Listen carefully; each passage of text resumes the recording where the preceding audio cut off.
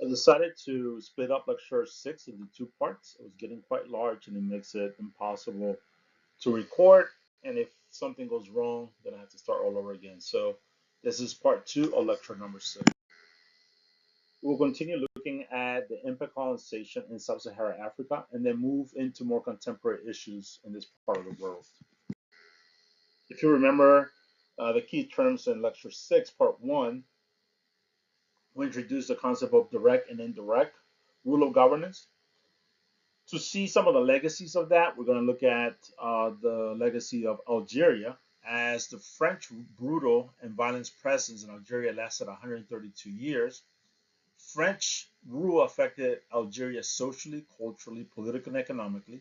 The French took over the best agricultural lands, which means they acquired a large amount of wealth as well as power, transformed Algiers, the capital, into a westernized city, which eventually led to some conflict in terms of traditional versus more modern societies, imposed Christianity and secular practices over the native and deeply rooted Islamic culture.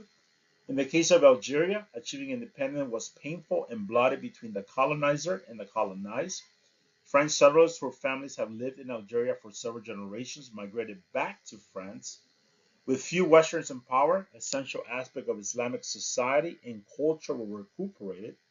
However, a clash occurred between Western-oriented political and Islamic fundamentalists that wanted to impose a strict religious Muslim government. And this, you see this all over the world, where you have traditional versus more modern versus more socialist versus more open market capitalist ideology. This clash continues, and that leads to bloodshed.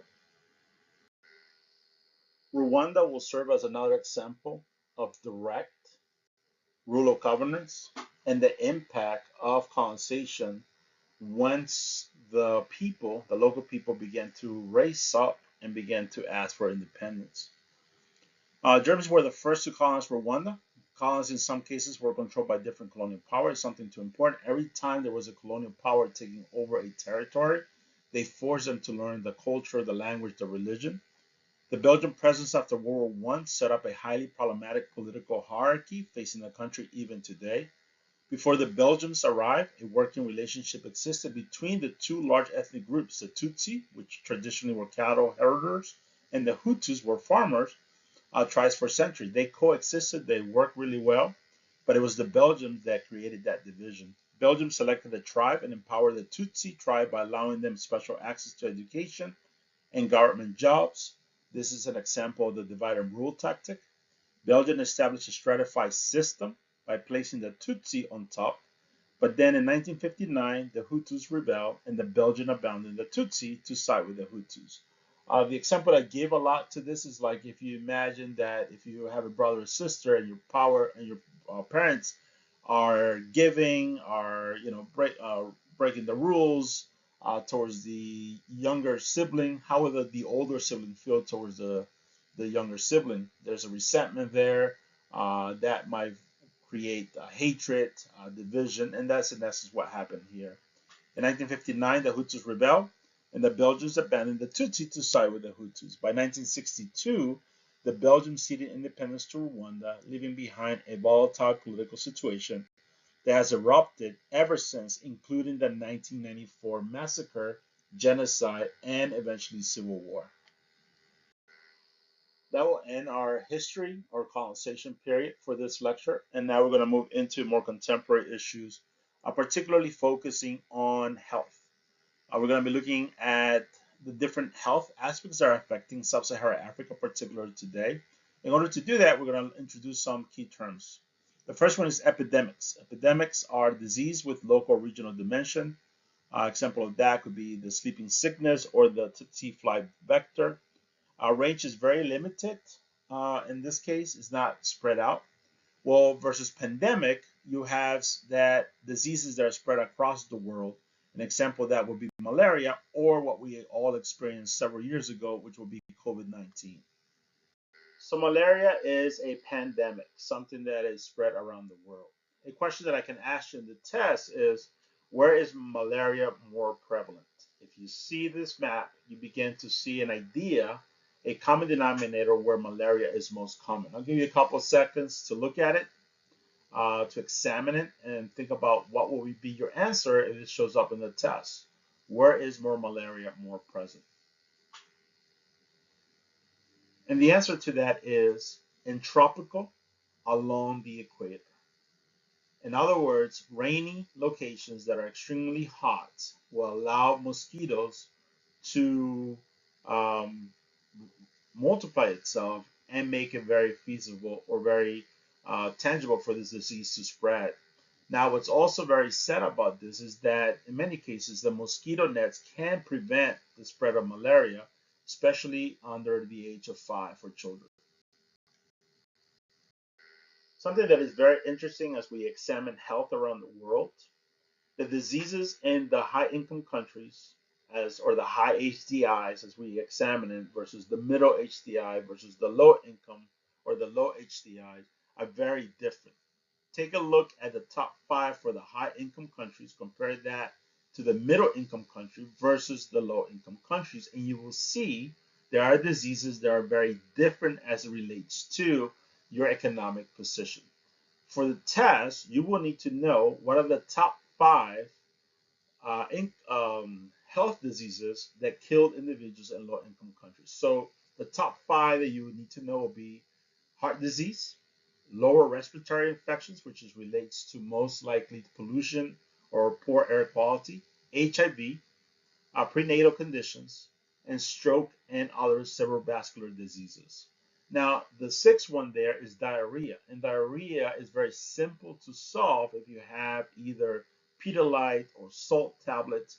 And again, the emphasis that I'm trying to make here is that many of these diseases in the developing world can be easily prevented, but then we don't have necessarily the money for it, or the education, or just the medicine to be spread or available for those diseases. If we look at the entire world, what are the leading causes of death?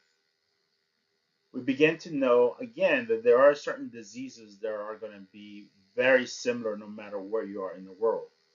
In this case, heart diseases is related to the diet. Cancers around the world, as you know, are very common. There's a relationship to microplastics.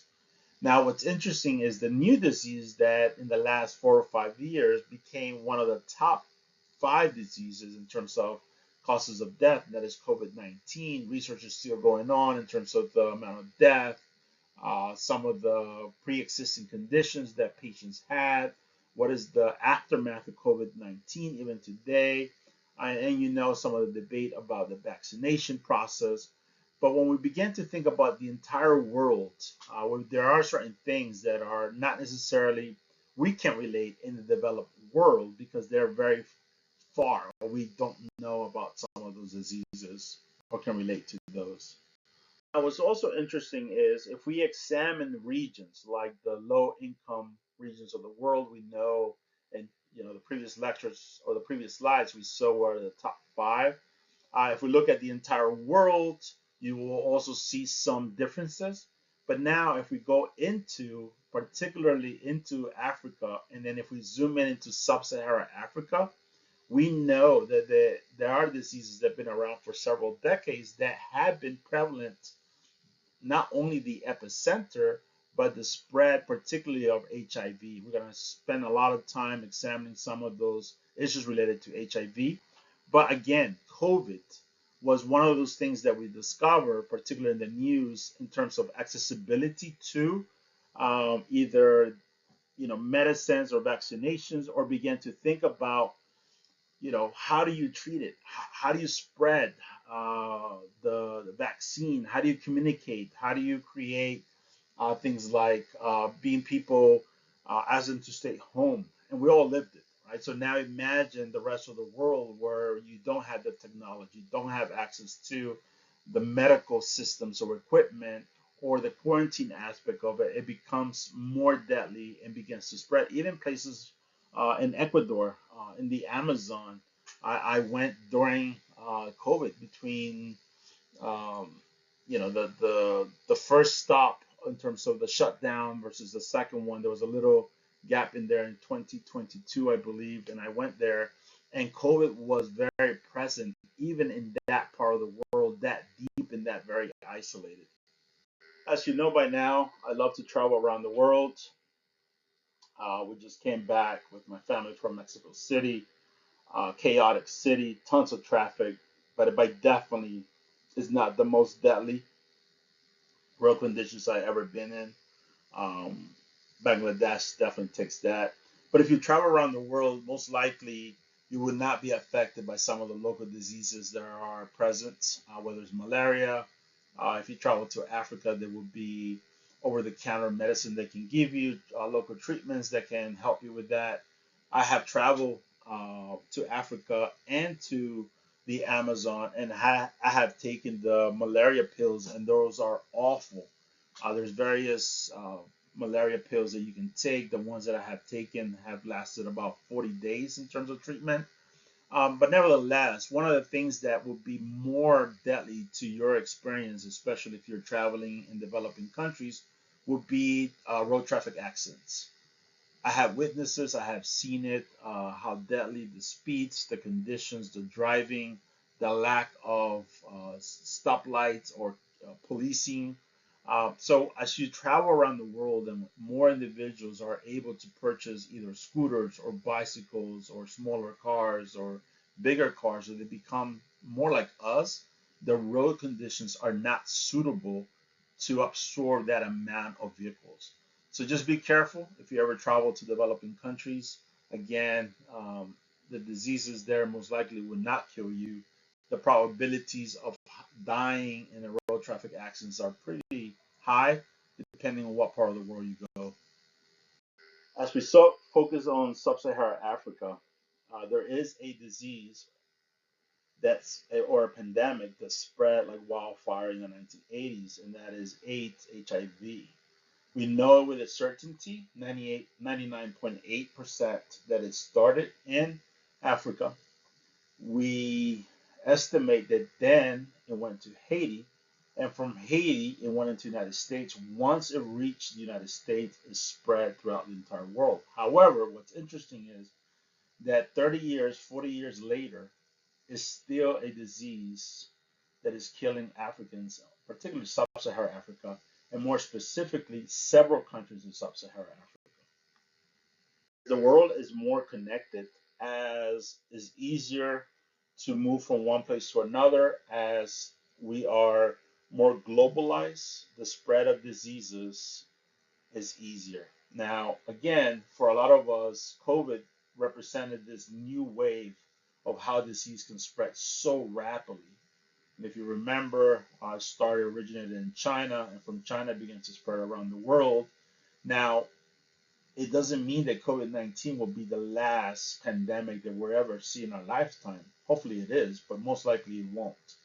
So as we think about the world being more connected, planes flying from one place to another, flights getting cheaper, people having more mobility, migration being more common, uh, health diseases will be also be an issue that will spread faster and quicker around the world. The first case of HIV was reported in 1981. Since then, an estimated 40 million people worldwide have died from HIV related diseases. Almost the same number of people are living with HIV around the world even today. Free antiviral were introduced into the South African public health system in 2004. By 2019, HIV/AIDS was the fourth leading cause of death in Africa, which is unfathomable, something that can be prevented. By 2020, 68% of the new infections in Southern Africa fell outside the traditional defined key risk groups. Prevalence of HIV in the South African population, according to the 2022 census, is still a very high 13.9%, and this figure rises to almost 20% in between the ages of 15 and 49 for South Africa. So as we begin to think about diseases like AIDS, we know it's a sub-Saharan location, but more importantly, there are 3 or 4 countries in the world that are still being affected by that disease. Recent data showed that about 1.3 million people have acquired the HIV diagnosis in 2022. This highlights the need for continued and sustained efforts. In 2022, 39 million people globally were living with HIV. Of those, 1.5 million were children under the age of 14 or younger. Black women, both are disproportionately affected by HIV and account for 60% of all new infections among women. Black women also carry the largest burden of HIV globally, but the most troubling statistic is the number of preventable deaths caused by HIV and AIDS. In 2020, 680,000 people died from AIDS-related illnesses, a number far too high given the prevention and treatment options that exist today. Even more, HIV awareness, testing, and prompt diagnosis continue to lag, especially in low socioeconomic areas in the world, and only 84% of all people living with HIV knew they had an HIV status in 2020. This means that 16% or 6.1 million people did not know that they were living with HIV. The numbers are clear. If you look at the entire world, where has the disease been more deadly and more concentrated? And the answer to that is sub-Saharan Africa. In this map, it is known as Eastern and Southern Africa with 20.7 million cases. There is no other part of the entire world that has as many cases as sub-Saharan Africa. So this could be something I ask you in the test. Where is sub-Sahara? Where are the cases more prevalent in terms of HIV? And the answer to that would be sub-Saharan Africa. Now, the Global Health Organization, like the United Nations, UN, and the World Health Organization, WHO, has spoken of goals to decrease the impact of HIV around the world, and one goal is to achieve 3 zeros by 2030. This is something else you need to remember. One of the zeros is no HIV cases, 0 AIDS-related death, and 0 discrimination. Again, these are goals, very hard to achieve, very hard to quantify, very hard to monitor, but the world organizations and the United Nations want to achieve by 2030, 0 new HIV cases, 0 AIDS-related death, and 0 discrimination.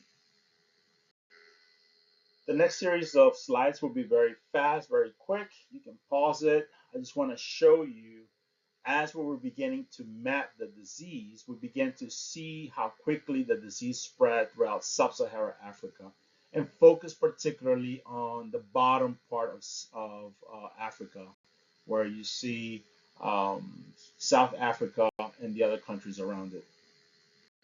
Quickly, we begin to see the color begin to change, more intense colors, and this is where the disease is spreading faster. You see 1999, again, the epicenter down in South Africa and spreading north. By 2004, adults, meaning between the ages of 18 to about 50 or so, 16 to 32% of the entire population within that group had HIV. By 2009, South Africa was the center of the epidemic. Many different campaigns in terms of education, condom distribution, sexual transmission, education, just tons of information and awareness and money going in to prevent the disease from spreading even further. Unfortunately, it took several decades for the disease to begin to slow down some in certain parts of Sub-Saharan Africa, and in some countries still very prevalent, as we see. This slide is important because it highlights the impact of HIV and AIDS in Sub-Saharan Africa. AIDS-related illness still remains a leading cause of death in Sub-Saharan Africa even today. 25.6 million people living with HIV in Sub-Saharan Africa. More than 1 million adults and children die every year from HIV in Africa alone. Of the 2.1 million new infections, 150,000 are children, and most live in Sub-Saharan Africa. Africa today is where the majority of the infections are. where it stated about 25.5 million. About 10% of those infected may not know they have HIV. In 2022, 380,000 deaths were attributed to HIV. This is 56% lower death calculated in 2010. So one of the trends is that the disease is not killing as many people as it used to, which is a positive sign. The biggest challenge that we see today related to diseases like AIDS is what I call the A's of health. So I'm going to explain to you, I'm going to define them. There are 5 of them. Number 1 is accessibility. What do I mean by that? I mean when drugs are available in a country, they might be limited or they might be far away, so they're not accessible to the people. The second A is being available or availability. Some medicines are not available in the country for various reasons, either because the pharmaceutical companies don't make them available or they're just out of reach in terms of cost. The other A is awareness, education. This is why many of the diseases continue to spread, particularly around this part of the world. The lack of education or urgency by the governments or world organizations to spread the word, or just, you know, people are not interested in learning. Affordability, the cost of these drugs are extremely expensive in the thousands of dollars. So therefore, it's not affordable for the individuals living in poor areas. And the last A is acceptance. And what I mean by that is that even if you educate the people, even if the drugs or the solution is available, even if it's accessible, even if you're aware, you might not accept the solution. Particularly condoms in Africa has been a humongous problem for the local population to use them. So let me repeat again the 5 A's. We have availability, accessibility, awareness, affordability, and acceptance. This map is just a summary of what we had discussed before.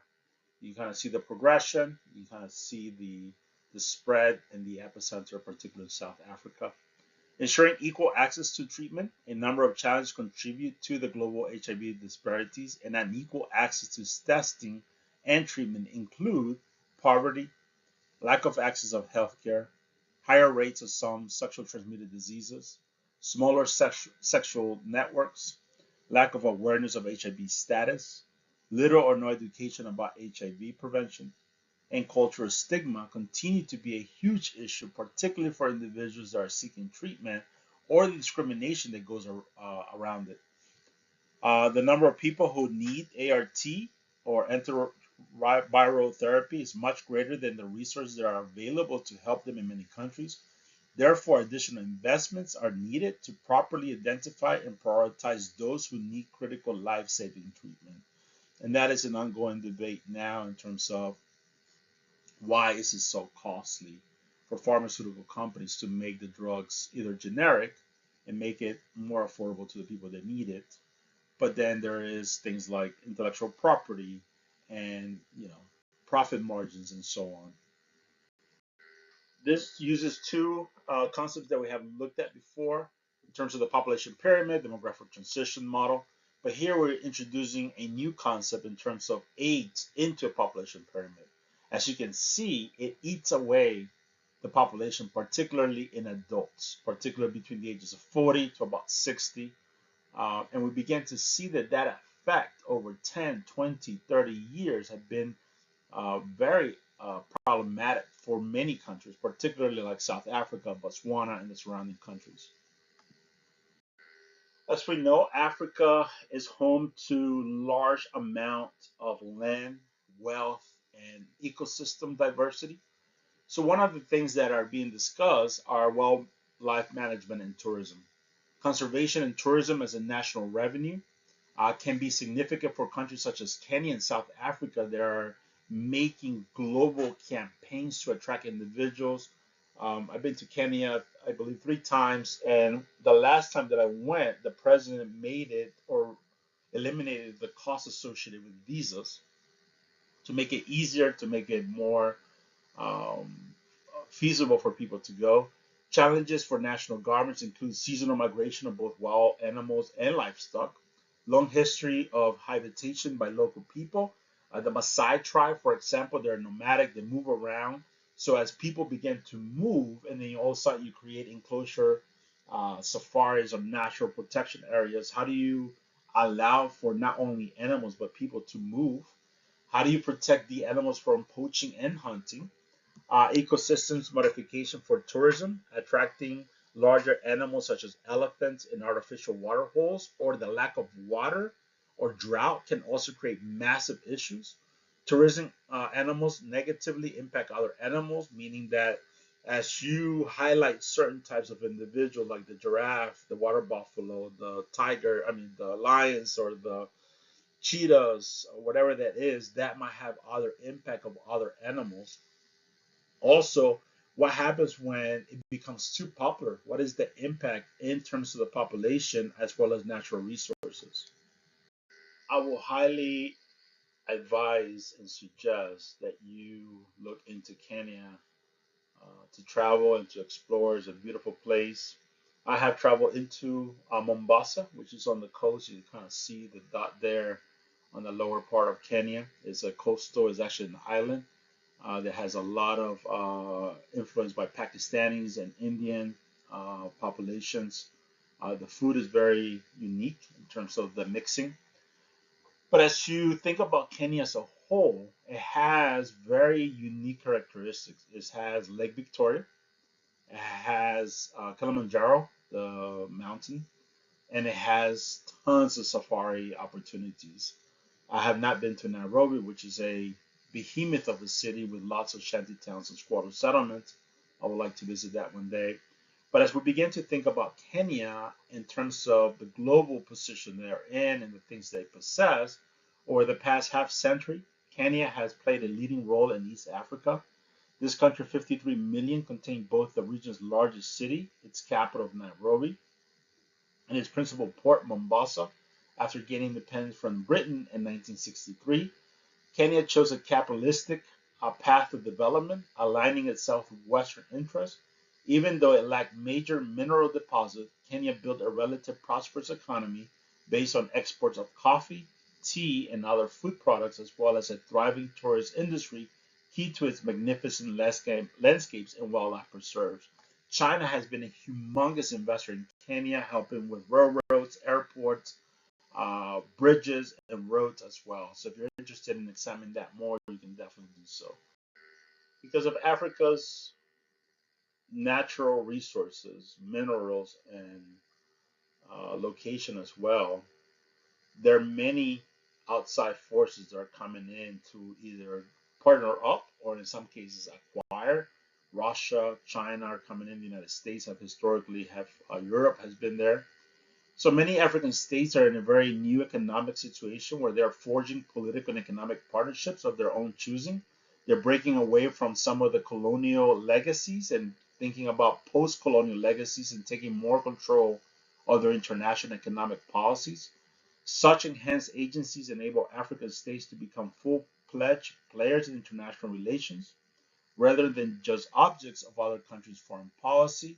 The drawing of new era that some are calling a second independence for Africa. It is yet to be seen if that holds true, where countries are becoming more proactive. Nigeria, in terms of its oil reserves, South Africa with gold and diamond, Angola with both diamond as well as petroleum, and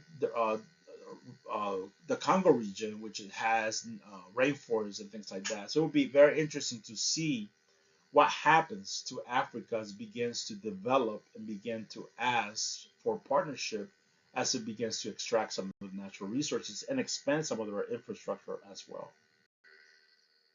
So as we think about Africa with its vast natural resources, people, farmland, environment, some population cluster, most of the realm is sparsely populated, significantly potential growth because of high torque fertility rate.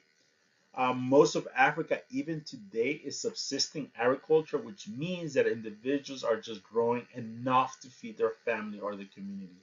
50 to 60% of the population are working in farming. Much of African land is not well suited for farming. They don't have very thick topsoil, which means that yields are low. Population clusters reveal arable land locations, so they're competing for that. Yet some are underproductive for climatic variables. Government policy often disadvantage farmers.